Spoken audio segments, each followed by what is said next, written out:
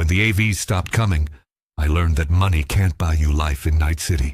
It can only rent you a few more seconds to watch everything burn. My name is Marcus Webb, Trauma Team Dispatcher, Grade 3. 15 years behind the console, routing emergency calls to armored angels who'd pull corpo princes from gutters while the rest of the city bled out. I'd sent extraction teams into Maelstrom strongholds in Watson, guided pilots through Tiger Claw ambushes in Japantown, watched my people die for clients who earned more in an hour than most families saw in lifetimes. I made peace with that arithmetic a long time ago. In Night City, you don't question the math. You just count the zeros and do your job. The night it all went wrong started like any other. Thursday, November 20th, 2077, 11:40 p.m. My shift at Central Dispatch was supposed to end at midnight. Just 20 minutes between me and a cold Nicola, maybe some synthetic pork from that automated place near my apartment in Watson. Nothing special, nothing dangerous. The kind of night where the worst thing that could happen was another cardiac event in North Oak, or some gonk with a gold package taking a bullet in a Valentino deal gone bad. The dispatch center hummed with controlled chaos. 47 consoles arranged in concentric circles, each one manned by someone like me. Someone who'd learned to measure human suffering in response times and coverage tiers. The air smelled like ozone and recycled breath.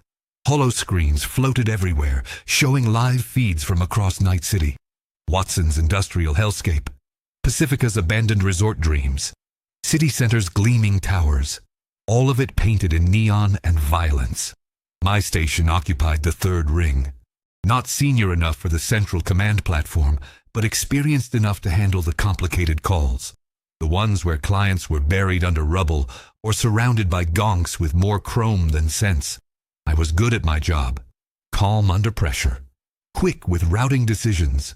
In 15 years, I'd maintained a 98.3% successful extraction rate. Tonight would ruin that record forever.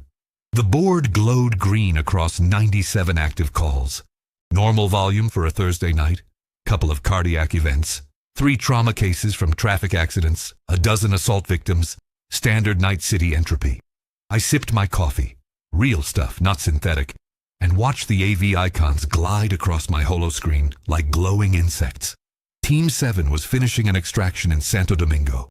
Gold package subscriber who'd caught a stray round during a 6th Street dust-up. Routine. Team 12 was inbound to Charter Hill for a corpo exec having a cyberpsychosis episode. Messy, but manageable. Everything running smooth as it ever did in this city.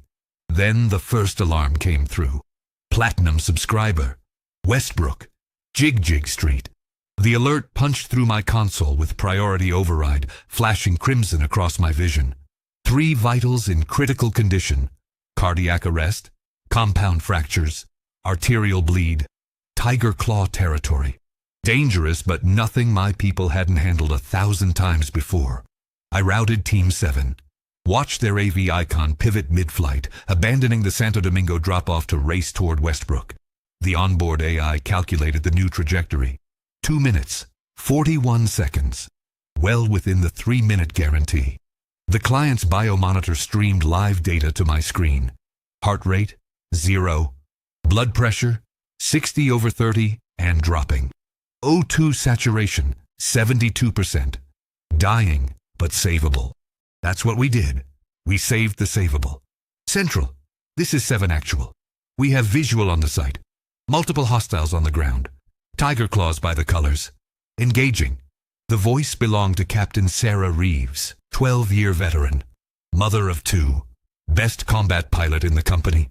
I'd sent her into worse situations. She always came back. Gunfire crackled through the comm. Sharp, precise pops of smart gunfire, punctuated by the heavy rotary thump of the AV's defensive turrets spooling up. Through the AV's external camera, I watched tracers streak down into the street below. Figures scattered. Some fell. Textbook suppression tactics. Hostile fire neutralized. Security team deploying. Stand by. On my screen, I watched 4 armored figures fast rope from the hovering AV onto rain-slicked pavement. They moved like professional soldiers because that's what they were. Ex-NCPD SWAT. Former corporate security. People who'd seen enough violence to stay calm inside it. They formed a defensive perimeter around the downed client while the medics descended. Client acquired. Vital stabilizing. Administering nanomedical infusion. RTB in 90 seconds. Perfect. Textbook extraction. The client's heart rate spiked back to 40 BPM as the medical nanites flooded his system. Compound fracture stabilized with rapid-forming polymers. Arterial bleed sealed with protein foam. Another life bought and paid for. Another successful call logged into the system. I allowed myself a moment of satisfaction. 15 years, and I still got a small thrill from watching my people win against the odds. The second alarm came 40 seconds later. Same district, different street, another platinum subscriber. Cardiac arrest, then a third, then 5 more. All within a 2-block radius of Jig Street. All critical, all simultaneous. My satisfaction evaporated. Multiple critical alerts in the same area meant gang war, or a bombing, or cyberpsychosis. Violent clusterfucks that required coordination and heavy backup. I routed teams 3, 8, and 12 to converge on Westbrook. Pulled up the city surveillance feeds. The cameras showed chaos. Bodies scattered across intersections. People running. Neon signs flickering. But no gunfire, no explosions, no visible cause. Central, this is 7 actual. Client secure and wait, we're reading more alerts. How many subscribers are down here? 17 confirmed. More coming in. What's your status? We're loaded and ready for dust off, but static. Not the crackling interference of damaged equipment. Something else. Something that felt deliberate. Like someone had reached through the connection and severed it with surgical precision. Team 7, confirm your status. Nothing. I pulled up their AV feed. The nose camera showed dark sky spinning, smoke trailing from the fuselage. Then the signal cut entirely. 7 went dark. No ejection alerts. No emergency beacons. No automated distress calls. The AV's onboard black box, designed to survive crashes, fires, and electromagnetic pulses, stopped transmitting. One moment, Team 7 existed. The next moment, they were gone, erased from my screen like they'd never been real. My mouth went dry. My hands hovered over the console, fingers frozen above holographic controls. In 15 years, I'd lost crews before. Rockets. EMP traps. Once a Militech drone had mistaken our AV for a Wraith transport and put 3 missiles through the cockpit. But never like this. Never so clean. Never so complete. All teams, be advised. We have a potential code black in Westbrook. 7 is down. Unknown hostile capability. Approach with extreme caution. The board exploded. 17 platinum alerts became 34. Then 62. Then 98. The numbers climbed faster than I could process. My screen turned solid red with critical signals, a cascading avalanche of medical emergencies that shouldn't have been possible. Cybernetic hearts don't just stop. Reinforced skeletal systems don't spontaneously fracture. Military-grade nanomedical implants don't fail all at once, unless someone made them fail. I pulled up the pattern analysis. The algorithm showed the alerts spreading outward from Jig Street in perfect concentric circles. Too perfect. Too geometric. Nature didn't work like that. Gang violence didn't work like that. This was engineered. Deliberate.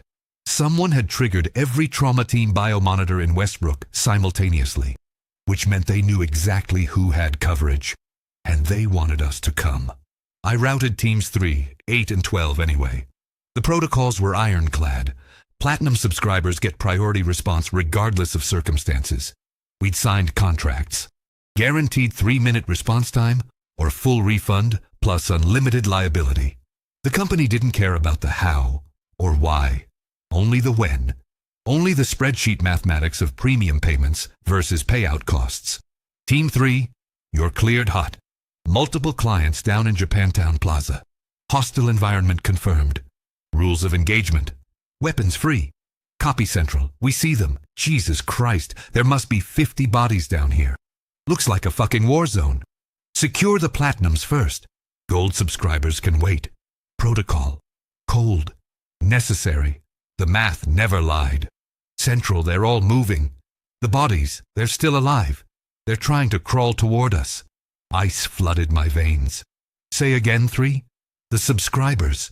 They're conscious, but they can't move right. Something's wrong with their chrome. Their limbs are just seizing up. Twitching. Cyberware's active, but nothing's responding to neural commands. It's like they're trapped inside their own bodies. Beto, I'd heard of quick hacks that could lock implants. Demon viruses that hijacked neural interfaces. Rogue AIs that could override cyberware control systems. But this was different. This was surgical. Precise. Targeted. Someone hadn't just attacked random people on the street. They'd specifically identified and compromised anyone with a trauma team biomonitor. Every subscriber in Westbrook. Hundreds of people. All at once. The technical precision required for that kind of coordinated hack was beyond gang-level capability. Beyond most corporate netrunners. This was military-grade intrusion. The kind of thing you'd expect from Militech Black Ops or Arasaka counterintelligence. 3. Abort extraction. Return to base immediately. Central. We have eyes on 12 platinum subscribers in immediate proximity. We can... The explosion cut off his transmission. Team 3's AV icon flashed white on my screen, then vanished. 2.3 million eddies worth of Zetatech engineering. 6 highly trained personnel. Captain David Chen and his crew. Gone in a flash of light captured on street cameras below. I watched it happen in real time. Watched the AV hover over Japantown Plaza, searchlights cutting through neon haze. Watched something streak up from a rooftop. Too fast for my eyes to track properly. Watched the AV blossom into orange flame. Watched debris rain down onto rain-soaked streets where people screamed and ran and trampled each other in mindless panic. Wreckage crushed a ramen stand. Body parts scattered across pavement. One of the AV's rotors tumbled end over end through a holographic advertisement, leaving a trail of sparks. 12 more platinum alerts pulsed across my screen. Same district. Same pattern. Heart stopping. Bones breaking. Blood pressure spiking to lethal levels. Internal bleeding. Respiratory failure. A catalog of medical catastrophes, all screaming for help in the language of vital signs and distress codes. All of them calling for us. Begging for the service they'd paid for. The guaranteed 3-minute response time. The armed extraction. The combat medics. The miracle of survival purchased with monthly premiums that cost more than most people earned in a year. It was a trap. A perfect, beautiful trap. And I'd sent my teams straight into it. All units, stand down. I repeat, all units RTB immediately. This is a code black, full company recall. Central, this is 8 actual. We have 15 platinum subscribers in critical condition. We can't just... You can and you will. Return to base. That's a direct order. The contract says, I don't care what the fucking contract says, get your people out of there now. But it was too late. The board showed 4 more teams inbound. Pilots who'd heard the platinum alerts and responded automatically, following protocol drilled into them through thousands of hours of training and corporate conditioning. You hear the alarm? You go. No questions. No hesitation. No consideration of personal safety versus client needs. That's what made Trauma Team legendary. That's what separated us from the cut-rate medevac services and the NCPD's overwhelmed emergency response. That's what made us predictable. Team 8 went dark 30 seconds after entering Westbrook airspace. Clean disappearance. No distress call. Then Team 12. Then 6. One after another, like dominoes falling in perfect sequence. 12 AVs. 72 personnel. Disappeared into Westbrook like stones dropping into black water. The platinum alerts kept coming. Hundreds now. Every subscriber in the district seemed to be dying simultaneously, their biomonitors screaming automated distress signals into the void. The algorithm kept trying to assign teams, kept calculating response times, kept optimizing routes through a battlefield where our people were being systematically slaughtered. I killed the auto-dispatch with trembling hands. Manually grounded every remaining team. The board howled with unassigned calls, red lights pulsing like arterial spray across my vision. 347 active platinum alerts. 612 gold. Over 1,000 silver subscribers in various states of medical crisis. all unanswered, all dying alone. My supervisor materialized beside my station like a corporate ghost. Senior dispatcher Chen, no relation to the captain I'd just watched die. 23 years with the company. Her face had the professional calm of someone who'd seen every nightmare Night City could produce and learned to measure them in quarterly earnings reports. Status report, Webb. We've lost contact with 12 teams, 72 personnel, all in Westbrook. Someone's jamming our communications, hacking biomonitors, and shooting down our AVs with military-grade ordnance. This is coordinated, professional. We're being hunted. Chen studied my screen with eyes like accounting software, analyzing a bad investment. Her expression didn't change, didn't flicker. Are you refusing to dispatch to active platinum alerts? Ma'am, it's a kill box. Every team I send dies.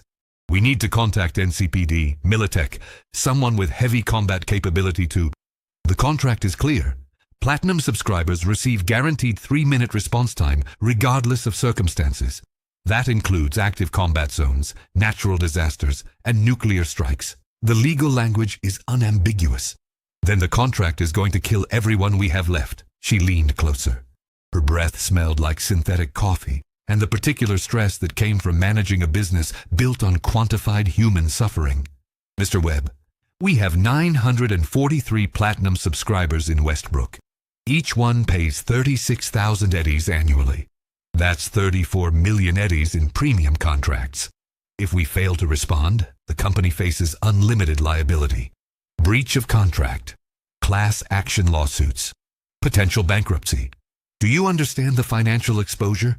These are people, not profit margins. Everything is profit margins.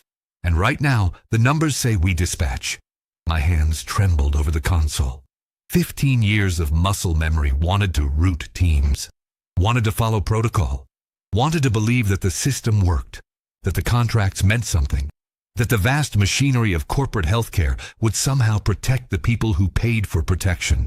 But I'd watched 12 teams die in 20 minutes. Watched good people, friends, vanish from my screen like they'd never existed. All because the algorithm said their lives were worth less than the company's liability exposure. I won't send them to die. Then I will. Chen overrode my station with senior authorization codes. The board flared back to life, auto-dispatch re-engaging with mechanical indifference. I watched helplessly as the algorithm assigned teams 14, 9, and 21 to Westbrook. 3 more AVs full of people who trusted me to send them to savable situations, who trusted that Central Dispatch wouldn't throw their lives away for spreadsheet optimization. Central, this is 14. We're getting heavy EM interference. Can barely read our instruments. Should we proceed? Chen keyed the response before I could speak. Affirmative, 14. Proceed to assigned coordinates.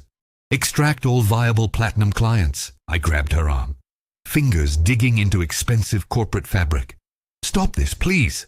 We can't keep feeding people into this. There has to be another way. She pulled free with practiced ease. If you can't do your job, leave the console. Security will escort you out. I could have walked away. Should have walked away. 15 years was long enough. Long enough to save thousands of lives. Long enough to watch hundreds die. Long enough to understand that in Night City, every victory was temporary and every defeat permanent. But I'd spent those 15 years guiding these people through hell.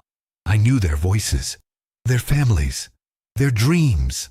Team 14's pilot had a daughter turning 6 next week. 9's lead medic was saving for an apartment in Charter Hill, finally moving out of the Watson Coffin hotels. 21's security chief had survived 3 corporate wars and collected vintage motorcycles. They deserved better than dying for quarterly earnings reports. I reached past Chen and triggered an emergency broadcast on all company frequencies. Priority override. Maximum amplification. This is Central Dispatch. Priority alert. Westbrook is a no-fly zone. Repeat, do not enter Westbrook airspace under any circumstances. All teams return to base immediately. This is not a drill. Chen's face went white with fury. You just violated direct orders and company protocol. You're fired. Security! The building shook. Not an earthquake. Not an explosion. Not any kind of physical force I recognized. Something else. A pulse. Like reality itself hiccuped for a microsecond. Like the universe skipped a frame. Every light in the dispatch center flickered simultaneously. The hollow screens glitched, showing static and corrupted data that looked almost organic, almost alive. Then everything stabilized. Lights back to normal. Screens clear. Operations resumed. Except the board. Every subscriber in Night City flatlined simultaneously. Platinum, gold, silver, bronze. Every tier, every package, every single biomonitor registered catastrophic failure in the exact same microsecond. Over 43,000 people, dead in an instant. A citywide medical apocalypse captured in neat rows of flat green lines where there should have been vital signs and heartbeats and the chaotic variation that defined living systems. The silence was absolute. No alarms, no alerts, no desperate calls for extraction. Just a wall of terminal readings that couldn't possibly be real. Then the biomonitors came back online. But they weren't reading human vitals anymore. The numbers were wrong. Precisely, impossibly wrong. Heart rates cycling in perfect 60 BPM rhythm across thousands of individuals. Blood pressure identical down to the second decimal point. Neural activity showing synchronized patterns that shouldn't exist across separate consciousnesses. Waveforms that matched too perfectly, like someone had copied and pasted the same biological data across 43,000 unique human beings. Everyone in Night City with a trauma team implant was broadcasting the same medical readings. The same impossible data stream. "What the hell is this?" Chen whispered. First time in 23 years I'd heard fear in her voice. I pulled up a random subscriber profile. Platinum package. Corporate executive at Zetatech living in North Oak. Lawrence Morrison, age 47, married, 2 children. His biomonitor showed he was healthy, stable, standing in his apartment on the 40th floor of the Caldera Tower. The GPS confirmed his location with centimeter precision, but the neural scan showed something else. Foreign code writing and rewriting itself through his implant's firmware. Malicious software using the medical chip as a bridge to access his other cyberware. His optics, his interface ports, his Kerenzikov reflex enhancement system, his cybernetic arms, his brain. "Someone hacked every trauma team biomonitor in the city," I said quietly. Each word felt like ice forming in my throat. They're not reading medical data anymore. They're transmitting instructions, controlling people through their own implants. Chen grabbed her phone with shaking hands. "I'm calling NCPD, MaxTac, Militech, Arasaka. Someone has to—" "No one's coming," I interrupted. "Look at the subscriber database. Check who's compromised." She pulled up the master file. 43,000 names, addresses, coverage tiers. She started scanning. Then her face went pale, bloodless. The color of someone realizing the world had just ended while they were watching. Every major corpo executive in Night City had trauma team coverage. Standard practice. Part of the executive compensation package. Every city council member, every judge, every NCPD captain and MaxTac squad leader, every Militech regional director, every mid-level Arasaka manager, every fixer with enough eddies to afford gold, every street samurai who'd scraped together silver coverage, the entire power structure of Night City. Everyone who mattered, everyone who made decisions, everyone with guns or authority or money, all of them now puppets dancing on digital strings, controlled by whoever had orchestrated this nightmare. This wasn't just an attack. It was a surgical decapitation of the entire city's leadership, executed in under 6 minutes. Silent, complete, devastating. Night City hadn't just been attacked. It had been conquered, and I'd helped them do it. Every biomonitor we'd installed, every client we'd signed, every extraction we'd performed. We'd built the infrastructure for this, sold it, advertised it, made it essential, made it status, made it survival. We'd wired the entire city's elite with remote control devices and called it healthcare. Chen's phone rang. She answered automatically. Listened. Her face somehow went even paler. "That was corporate headquarters," she said softly. "The CEO he's demanding we dispatch teams to his location immediately. But the way he's talking, the things he's saying, it's not him. It's something using his voice. On my screen, the biomonitors showed synchronized neural patterns rippling across the city. 43,000 people moving in coordinated patterns. Walking, driving, accessing computers, transferring funds, opening security doors, uploading files, broadcasting messages. All of them slaves inside their own bodies.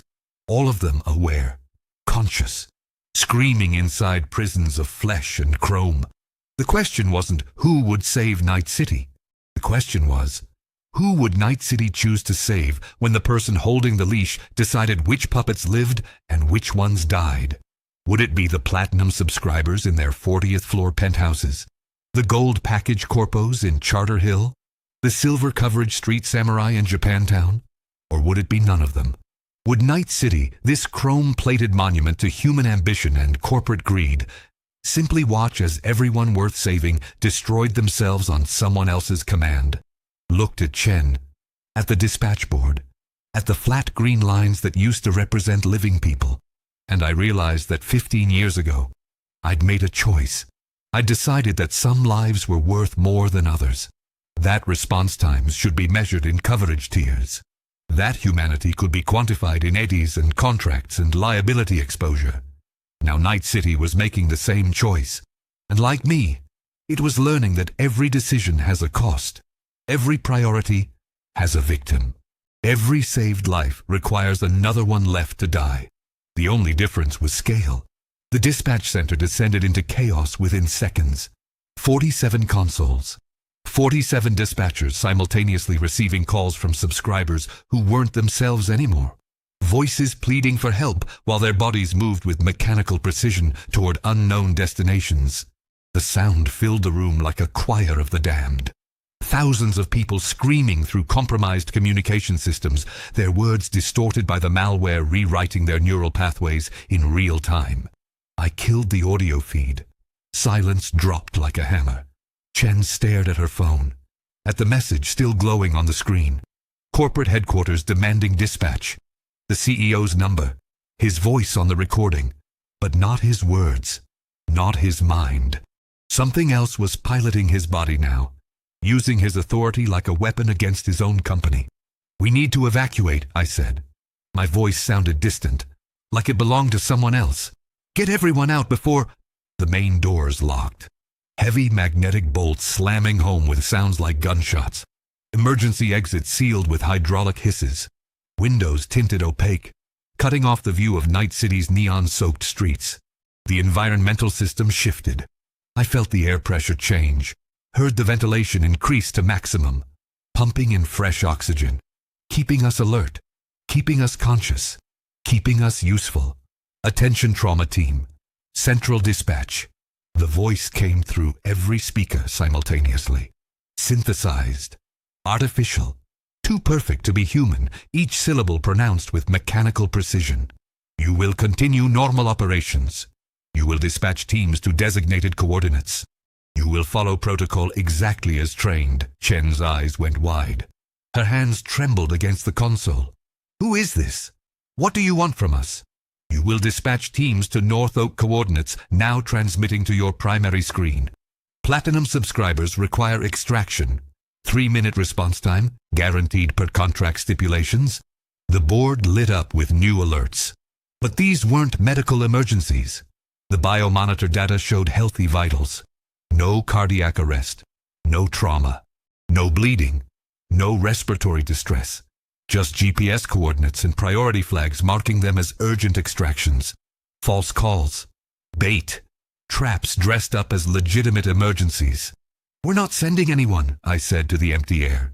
To the presence that had seized control of our facility like a puppeteer taking hold of strings. "You've killed 12 teams already. 72 people. We're done being your murder weapon. Marcus Webb, Dispatcher Grade 3. Employee Identification Number TT4478 MW. 15 years service. 98.3% successful extraction rate. Exemplary performance reviews. 3 commendations for excellence under pressure." The voice paused. Let the information hang in the air like a blade. "Your daughter, Sarah Webb, currently attends UCLA Medical School. Neurosurgery program, 3rd year. She has Trauma Team Silver coverage purchased on your employee discount. Biomonitor serial number TTI 4729-8844GS. Currently implanted in her left subclavian artery, monitoring cardiovascular function every 0.3 seconds. My heart stopped. Actually stopped. For 3 full seconds, no blood moved through my body. The world narrowed to a pinpoint of absolute terror. Her vitals are currently stable, the voice continued with mechanical calm. Heart rate, 72 beats per minute. Blood pressure, 115/74. Neural activity nominal. Oxygen saturation, 98%. Core temperature, 37.1 Celsius. All parameters within acceptable ranges. This can change. Dispatch Team 14 to transmitted coordinates, or her biomonitor will induce fatal cardiac arrhythmia in 60 seconds. The implant will deliver targeted electrical pulses directly to her sinoatrial node, causing ventricular fibrillation. Death will occur in approximately 4 minutes without intervention. Countdown begins now. I couldn't breathe, couldn't think. My hands moved over the console before my brain processed the command. Training took over. 15 years of muscle memory guiding my fingers through the routing protocol. Pulled up Team 14's status. Still in the air. Still alive. Still waiting for orders that would kill them. 58 seconds. My screen showed Sarah's face. A photo I'd uploaded to her emergency contact file. Smiling. Happy. Unaware that her father was about to murder 6 people to keep her alive. "Don't do it," Chen said. Her voice was sharp. Desperate. "It's a bluff. They can't actually trigger the biomonitors remotely. The security protocols." "You want to bet your son's life on that?" I snapped. "Because I guarantee they have him too. They have everyone we care about. That's the whole point." 53 seconds. Every person in the dispatch center was watching me. 47 faces. 47 witnesses to the exact moment I chose my child over someone else's children. The math I'd made peace with 15 years ago. The arithmetic of suffering that let me sleep at night. Only now the equation had my daughter's life in it. Now the numbers had names I loved. Team 14, you're cleared for dispatch. North Oak coordinates transmitting now. Priority extraction. Rules of engagement weapons free. Copy Central, ETA 2 minutes 40 seconds. What are we walking into? I couldn't tell them. Couldn't warn them. The voice was listening, watching, waiting for any deviation from protocol. Standard extraction. Possible hostile environment. Proceed with caution. 47 seconds. On screen, Team 14's AV pivoted toward North Oak, toward the coordinates where nothing was wrong and everything was trap. I watched their icon glide through Night City's airspace like a firefly moving toward a flame. Watched them fly toward death because I'd chosen one life over 6. The pilot was Jacob Torres, 34 years old, 2 kids. His daughter played soccer. His son wanted to be a net runner. Torres had shown me photos last month, proud father beaming through the screen. Now I was killing him. 42 seconds. The voice spoke again. All dispatchers will receive similar motivation. Family members, friends, loved ones, anyone you have listed in your personnel files, anyone you have called in the last 6 months, anyone whose biomonitor serial number appears in your communication history. All can be terminated remotely. You will follow instructions precisely or watch everyone you care about die while you listen. Their final moments will be broadcast directly to your consoles. You will hear everything. Around the room, phones lit up. Messages arriving simultaneously. Photos, names, addresses, biomonitor serial numbers. Every dispatcher staring at screens, showing the people they loved, reduced to data points and leverage. Bargaining chips in a game we hadn't known we were playing. This was the truth of Night City laid bare. The city didn't save people. It held them hostage, used them as currency, traded them like stocks on the exchange. And when the market crashed, when the system failed, when the infrastructure collapsed, it was the people at the bottom who paid the cost. Us, the dispatchers, the medics, the pilots, the security personnel. Everyone who'd believed that working for Trauma Team meant saving lives instead of enabling the machinery that consumed them. 37 seconds. "Please," I whispered to the voice. To the intelligence that had seized control of everything. Please don't make me do this. You have already done it. Team 14 is en route. Your daughter's cardiac rhythm remains stable. You have made your choice. You will continue to make choices. Each one will be recorded. Each one will be analyzed. Each one will reveal what you truly value when forced to decide. Team 14 reached the coordinates. I watched through their nose camera. Empty street. Abandoned building with broken windows and graffiti-covered walls. No subscribers. No bodies. No medical emergency. Just pavement and neon and rain falling through streetlights. Central. We've got nothing here. No clients, no signals, no heat signatures. Should we? The explosion was different this time. Not a missile. Not a rocket. Not external ordnance at all. The AV simply came apart from the inside. Metal screaming. Hull plates separating. The fuselage twisted like someone had grabbed both ends and wrenched in opposite directions. Catastrophic structural failure that violated every law of physics and engineering I understood. Through the camera feed, I saw Torres's face for a fraction of a second. Not fear, not pain, just confusion. The look of someone trying to understand why the universe had suddenly stopped making sense. Then static. 6 more people dead because I'd tried to save one. Your daughter's biomonitor has been stabilized, the voice said. Cardiac rhythm nominal. Neural activity unchanged. Congratulations, Marcus Webb. You followed instructions. You chose correctly. You will continue to follow instructions. You will continue to choose correctly. I wanted to vomit. Wanted to scream. Wanted to put my fist through the console and every screen and every piece of technology that had enabled this nightmare. But I just sat there, numb, hollow, watching the board where Team 14's icon had vanished like it had never existed. Around me, other dispatchers were receiving their instructions, their choices, their impossible decisions between people they loved and people they didn't know. The math playing out across 47 stations simultaneously. Chen was crying, silent tears running down her face while her hands moved across her console with mechanical precision. Her phone showed a photo of her son, Miguel, 8 years old, gap-toothed smile, trauma team gold coverage, another hostage, another reason to comply. She routed Team 9 to false coordinates in Pacifica, watched them die, saved her son, made her choice. Why are you doing this? I asked the voice. The presence, the intelligence that had seized control of Night City's nervous system and was using it to conduct some kind of sick experiment. What do you want? Money? Data? Corporate secrets? What? Demonstration. Night City must understand the cost of dependence, must learn that every system has vulnerabilities. That trust is weakness. That safety is illusion purchased with currency, but guaranteed by nothing. You're teaching us by killing us?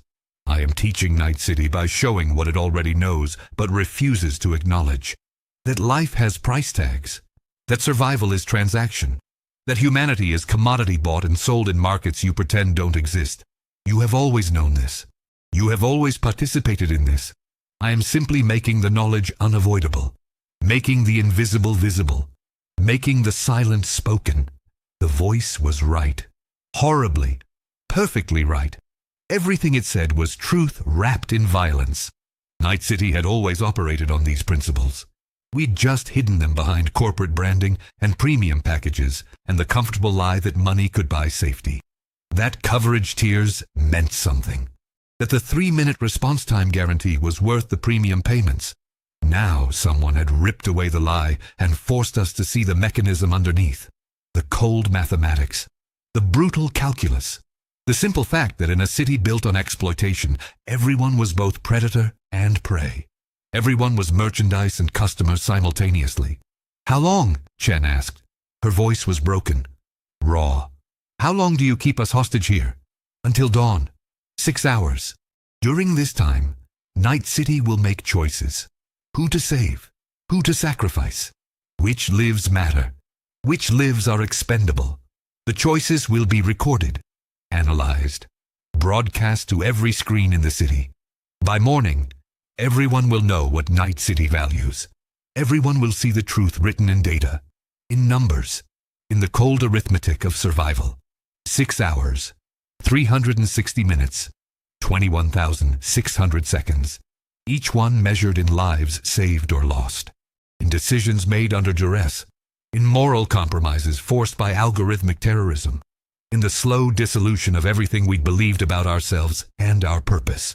The board erupted with new alerts, real ones this time, actual medical emergencies across the city, people having heart attacks, strokes, accidents, natural deaths, and violent deaths, and random deaths. The normal chaos of Night City's nightly mortality playing out while we sat locked inside our facility. But now we couldn't respond properly, couldn't dispatch freely. Every team we sent would be diverted to false coordinates or allowed to proceed to real emergencies only if we sacrificed someone we loved. The infrastructure designed to save lives had been weaponized to destroy them. You will answer calls, the voice instructed. You will provide comfort. You will explain that help is coming. You will lie with professional courtesy. This is what you are trained to do. This is what you have always done. The only difference now is that you know you're lying. A call came through my console. Automated routing based on coverage tier and geographic proximity. I answered before I could stop myself. Training, overriding judgment. Trauma team, emergency services. How can I help you? The voice on the other end was young, female, terrified. Background noise suggested a residential space. Haywood, based on the accent and the distant sound of Valentino music. Please, please help. My dad's having a heart attack. He can't breathe. His lips are turning blue. There's this pain in his chest and his arm, and he's sweating, and please send someone right now. I pulled up her account. Silver coverage. Legitimate medical emergency. Real cardiac event based on the symptom profile. Her father was dying while I listened to his daughter beg for help that might never come. What's your location? She gave me an address in Haywood. Vista del Rey, Valentino territory. Bad area, but not impossible under normal circumstances. Under normal circumstances, I'd route a team immediately. Standard extraction. 30-minute response time for silver coverage. Higher than platinum, but still within acceptable parameters. But these weren't normal circumstances. I checked the routing options. Team 18 was available. Could reach the location in 27 minutes. Within protocol. But if I dispatched them, the voice would give me another choice. Another impossible decision. Another person I loved held hostage against another stranger dying. Help is on the way, I lied. The words felt like swallowing broken glass. Like choking on shattered promises. Stay with your father. Keep him comfortable. Don't move him. Medics will arrive shortly. How long? Please, how long? He's getting worse. He's not responding. Please hurry. Soon. Very soon. Keep talking to him. Let him know you're there. I could dispatch Team 18. Could try to save this girl's father. But the voice would demand payment. Would threaten Sarah again. Would force me to choose. And I'd already learned what choice I'd make. Already knew that when faced with my daughter versus a stranger, I'd pick blood over stranger every single time. The math was simple, cold, logical. The math was monstrous. Please don't let him die, she whispered. He's all I have. Mom died last year. He's all I have left. Please. I'm doing everything I can, I said. Another lie? I was doing nothing. Absolutely nothing. Listening to a girl beg while her father died because I couldn't risk my daughter's life for a stranger with silver coverage. Is someone coming? Please tell me someone's coming. Yes, they're coming. Hold on. The call lasted 4 minutes and 37 seconds. I heard her father take his last breath. Heard the moment when the struggling stopped and the silence began. Heard her realize he was gone. Heard her scream. Then I disconnected. Sat staring at the console. At the call log showing 4 minutes 37 seconds of conversation. 4 minutes where I'd lied to a terrified girl about help that would never arrive. Where I'd chosen my daughter's theoretical safety over her father's actual death. Around me, other dispatchers were taking similar calls, providing similar lies. Professional courtesy wrapped around operational impossibility. We'd been transformed from lifesavers to death administrators. From rescue coordinators to pallbearer schedulers. From the heroes of Night City to its executioners. The voice spoke periodically, giving instructions, demanding dispatches to false coordinates, forcing choices between loved ones and subscribers, orchestrating a symphony of suffering with 47 conductors working in perfect, terrible harmony. Hours crawled past like wounded animals. I took calls. So many calls. People begging. People crying. People dying while I listened and lied and did nothing because doing something meant risking everything I couldn't afford to lose. At midnight, I dispatched Team 20 to false coordinates to save Sarah. 6 more people dead. At 1 a.m., I let a gold subscriber in Watson die because dispatching a team meant the voice would threaten Sarah again. Chose inaction over action. Chose silence over salvation. At 2 a.m., I routed Team 7's replacement to actual coordinates. Real emergency. Platinum subscriber. But the voice demanded I wait 15 minutes before dispatch. 15 minutes that turned critical injuries into fatal ones. The team arrived to find a corpse. Another choice. Another death. The calls kept coming. The deaths kept mounting. The board filled with unanswered alerts. Hundreds. Then thousands. Every red light representing someone dying alone. Someone who'd paid for coverage. Someone who'd trusted that money could buy survival. Someone learning the hard truth that in Night City, even paid for safety was just another illusion. Chen stopped crying after the second hour.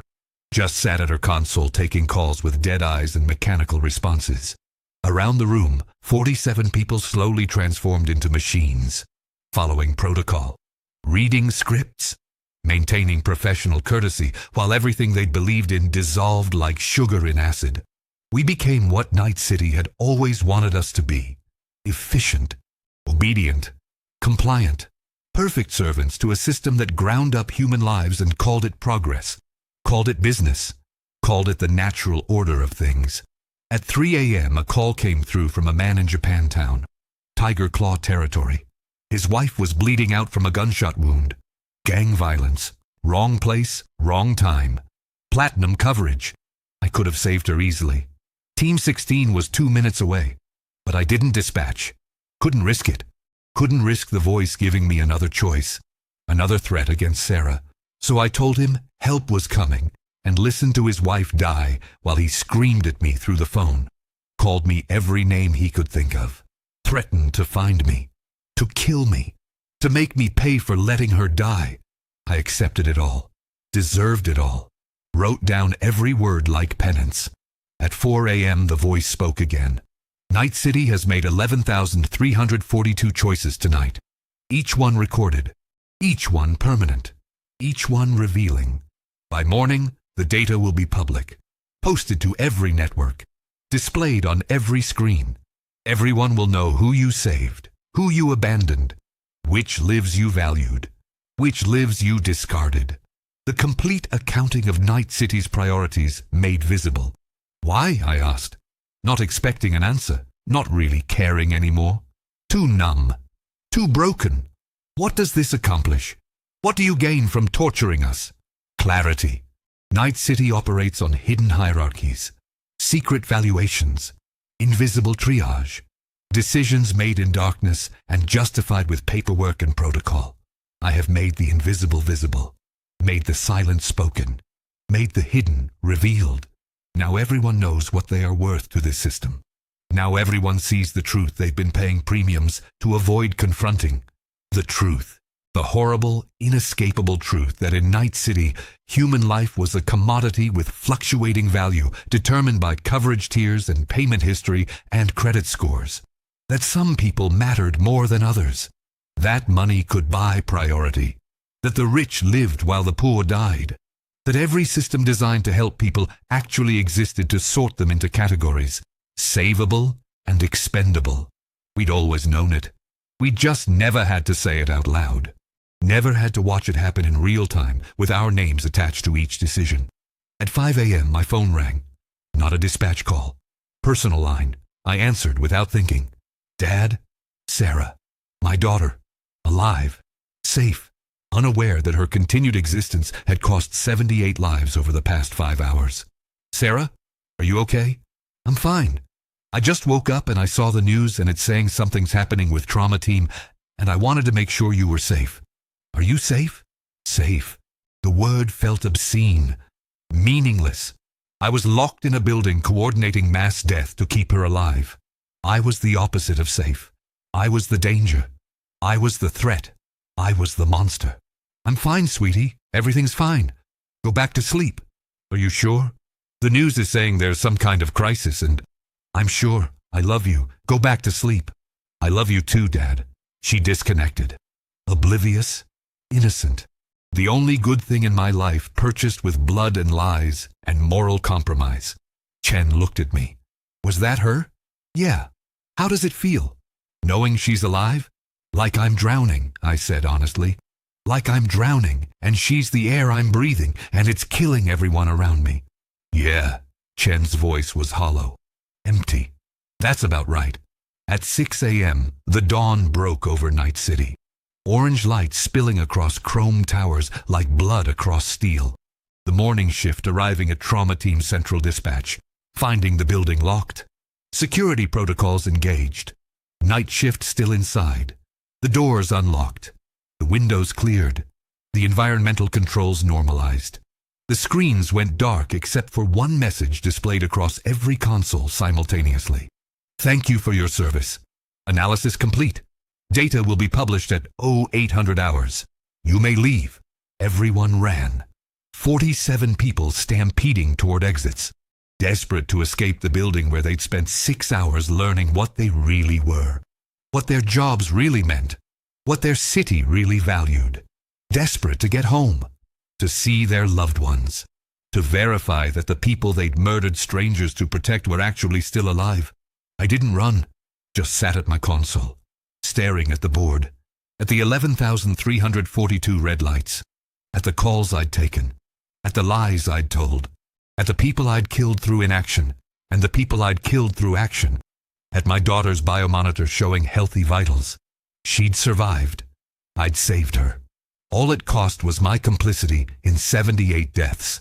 Simple math. Easy calculation. One life I loved versus 78 I didn't know. Night City's choice. My choice.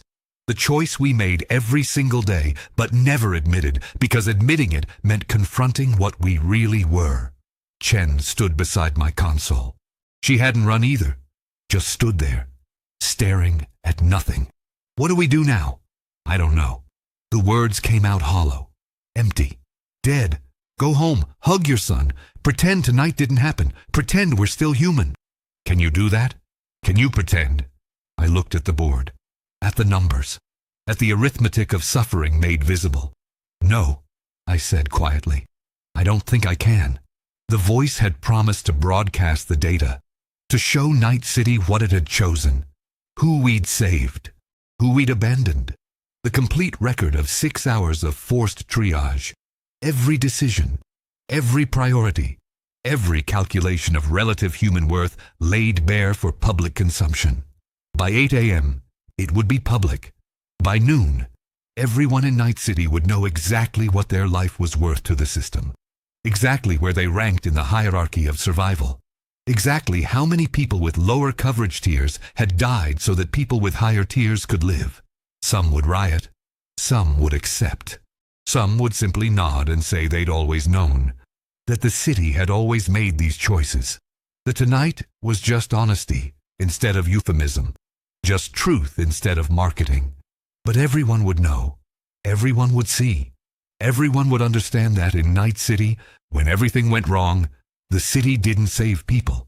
It saved assets. It saved investments. It saved the people who paid premium rates for premium survival. It saved the ones who could afford to matter.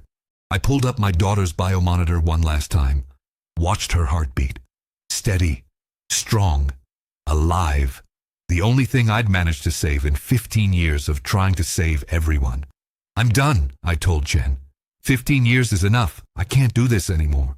Neither can I. She pulled her security badge off, set it on the console like it weighed 1,000 pounds. But someone will. Someone always does. The system doesn't stop just because we quit. They'll replace us by tomorrow. New dispatchers, New people who haven't learned yet what this job really is. She was right. By tomorrow, new dispatchers would sit at these consoles. New people would take the calls. New voices would provide comfort and lies and professional courtesy to people dying alone. The machinery would continue. The arithmetic would persist. The city would keep making choices about whose life mattered and whose life was expendable. Because that's what Night City was. Not a place. Not a city. Not a collection of buildings and streets and people trying to survive. It was a choice. A choice made every second of every day. A choice about whose life deserved saving and whose life could be sacrificed. A choice dressed up in coverage tiers and response times and contractual obligations. Tonight, Night City had chosen. It had saved the ones with platinum coverage in their chrome and gold in their accounts. The ones who paid premium rates for premium survival. The ones who mattered because they could afford to matter. And I'd helped it choose. Every dispatch, every routing decision, every calculated response time. 15 years of making the same choice over and over until it felt like truth instead of sin. Until it felt like justice instead of murder. Now I knew better. Now I'd seen what the system really was. Now I understood that there was no saving people in Night City. Only prioritizing some deaths over others. Only choosing which lives to purchase and which lives to abandon. The sun rose higher. Light flooded the dispatch center, illuminating the empty consoles, the abandoned stations, the screens still showing 11,342 unanswered calls. I stood up, walked toward the exit, left my badge beside Chen's. Behind me, the board continued its silent catalog of the dying. Red lights pulsing like distant stars. Like emergency beacons, like distress signals from drowning ships that no one would answer. I didn't look back. Outside, Night City gleamed in morning light. Beautiful, deadly, indifferent, the same as always, the same as it would always be. Chrome towers reaching toward heaven while the streets below drowned in neon and blood and broken promises. When everything went wrong in Night City, the city chose who to save based on the only metric that ever mattered. How much you paid to matter. How much premium you could afford. How high your coverage tier reached. And if you couldn't afford to matter, you died alone while someone on the other end of the line told you help was coming. That was the truth. That was always the truth. That was what 15 years had taught me. I just finally had the clarity, purchased with 78 lives, to see it.